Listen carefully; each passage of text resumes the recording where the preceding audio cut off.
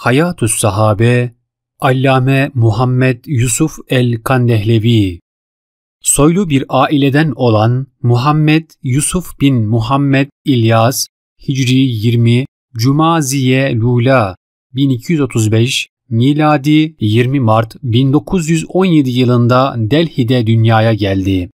Babası Şeyh Abdülaziz bin Şeyh Veliyullah ed-Dehlevi ve Arapça ve Farsça dillerinde 40 eser telif eden ve Banet Suat kasidesini şerh eden İmam Şehit Ahmet el-Bureylevi'nin zeki ve değerli talebelerinden biridir. Bunlar Şeyh Ebul Hasan, Şeyh Nurul Hasan, Şeyh Muzaffer Hasan, Şeyh Muhammed İsmail olup asırlarının büyük alimleridir. Doğumu: Muhammed Yusuf Hindistan'da büyük alimlerle yetişti. Doğar doğmaz ilim ve takva ile donatılmış bir aile içerisinde kendini buldu. Allah bu ailenin kadınlarına kocaları tarafından takva ve mütedeyyinlikle ikramda bulundu. Muhammed Yusuf böyle bir ilmi ve dini ortamda salih annelerin kucağında, alimlerin ve şeyhlerin yardımları arasında büyüdü. Öğrenimi: 10 yaşında Kur'an-ı Kerim'i ezberledi. Temel dersleri okuduktan sonra hadis öğrenimini Seharenpur şehrindeki Mezahirul Ulum medresesinde medresenin eski müdürü Şeyh Abdüllatif, Şeyh Manzur Ahmet Han, Şeyh Abdurrahman el-Kamil Fevri ve son olarak da büyük amcasının oğlu Şeyh Muhammed Zekeriya el-Kandehlevi gibi büyük alimlerin gözetiminde tamamladı. Buradan Hicri 1354 yılında mezun oldu. İlimle uğraşması: Muhammed Yusuf küçük yaşından beri ilme hırslı ve arzulu idi. Vaktinin büyük bir bölümünü kitap okumakla geçiriyordu. Kendini hadis öğrenimi yıllarında kitap telifine yöneltti.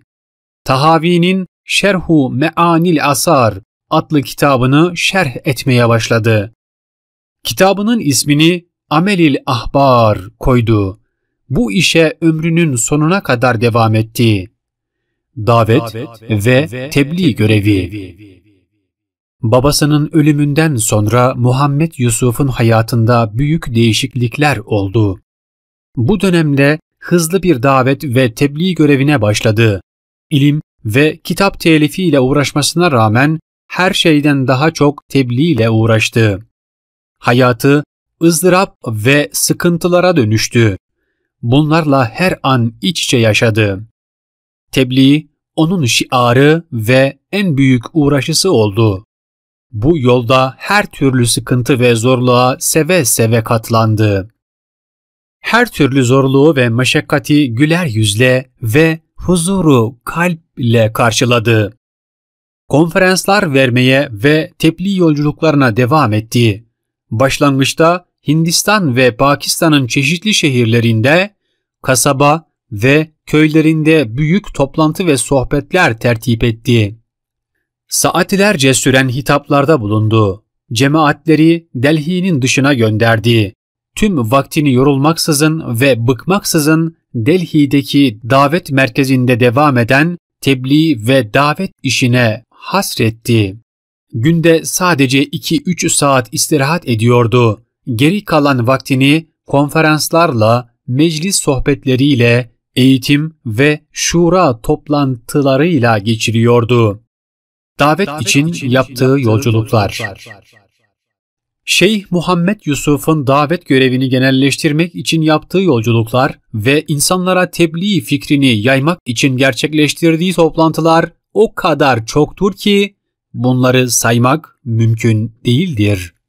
20 yılı aşkındır süren tebliğ hayatı döneminde Hindistan'ın büyük şehirlerinde 53 büyük toplantı gerçekleştirdi. Geniş bir bölgede yolculuklar yaptı.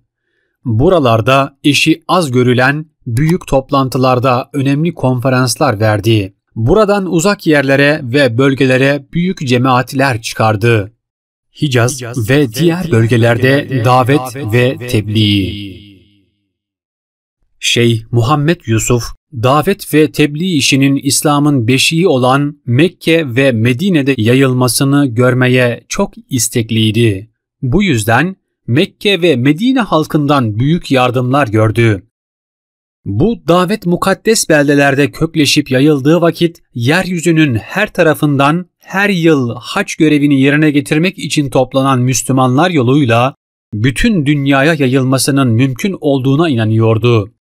Bu yüzden bu işe önce Karachi ve Bombay limanlarından başlayarak hacca gitmek üzere hareket eden hacılara irşad ruhunu verecek heyetler oluşturuyordu. Bununla da yetinmeyip gemilerdeki hacı kafileleri arasında dolaşarak onlara nasihatlerde bulunur, hatta Hicaz'a kadar gidip diğer İslam ülkelerinden gelen Müslümanların teşkilatlanmalarına uğraşırdı. Hicaz bölgesine sık sık seferler yaptığını ve heyetler gönderdiğini duyan diğer Arap ülkeleri, kendi ülkelerine de heyetler göndermesini teklif ettiler. Bunun için şeyh önce Mısır, Sudan ve Irak'a heyetler gönderdi ve oradan çok geçmeden bu çalışmanın kolları bütün Arabistan'a uzandı. Her yerden fertler ve cemiyetler kendisiyle ilişki kurarak İrşad ve Tebliğ Cemiyeti'nin merkezi olan Delhi'ye akın etmeye başladılar. Yazar bu işi Arap aleminden başka Asya, Avrupa ve Afrika'nın çeşitli ülkelerine de yaydı. Heyetler onun içten gelen samimi konuşmalarından etkilenerek bu yorucu ve maddi fedakarlıklar isteyen yolculukların bütün zorluklarına katlanıyorlardı. Muhammed Yusuf'un özellik ve vasıfları. Müellife Allah çok üstün özellikler ve büyük vasıflar vermişti. Şüphesiz onun İslam'ı tebliğe olan istek ve arzusu, hayatı boyunca bu yolda çaba sarf etmesi, çağımızda başka örneğine rastlanamayan bir üstünlüktür. Onun şahsında toplanan birçok özellikler onu insanlığın zirvesine çıkarmıştı.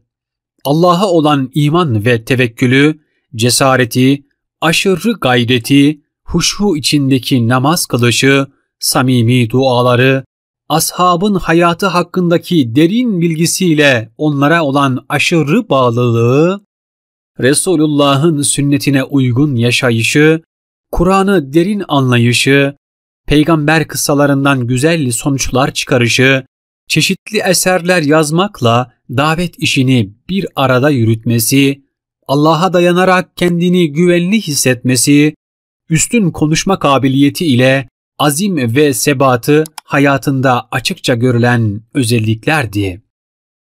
Kendisiyle biraz arkadaşlık veya yolculukta bulunan her insan onun bu üstün vasıflara sahip olduğunu görmüşlerdir.